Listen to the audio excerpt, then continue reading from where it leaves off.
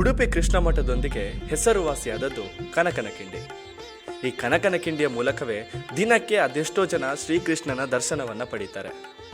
ಈ ಕನಕನ ಕಿಂಡಿಯ ಕಥೆ ರೋಚಕವಾದದ್ದು. ಒಮ್ಮೆ ಭಕ್ತ ಕನಕದಾಸರು ಉಡುಪಿಗೆ ಶ್ರೀಕೃಷ್ಣನ ದರ್ಶನಕ್ಕಾಗಿ ಬಂದಿರ್ತಾರೆ. ಆದರೆ ಅವರಿಗೆ ದೇವಸ್ಥಾನದ ಒಳಗೆ ಹೋಗೋದಕ್ಕೆ ಅನುಮತಿ ಸಿಗೋದಿಲ್ಲ.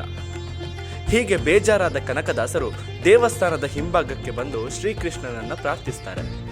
ತನ್ನ ಭಜನೆಯ ಮೂಲಕ ಶ್ರೀಕೃಷ್ಣನನ್ನ ಬೇಡಿಕೊಳ್ತಾರೆ. ಭಕ್ತ ಕನಕದಾಸರ ಭಕ್ತಿಗೆ ಒಲಿದ ಶ್ರೀಕೃಷ್ಣ ಹಿಮ್ಮುಖವಾಗಿ ತಿರುಗಿ ಹಿಂದಿನ ಗೋಡೆಯನ್ನ ಬೀಳಿಸಿ ಆ ಕಿಂಡಿಯ ಮೂಲಕ ಭಕ್ತ ಕನಕದಾಸರಿಗೆ ತನ್ನ ದರ್ಶನವನ್ನ ನೀಡ್ತಾನೆ.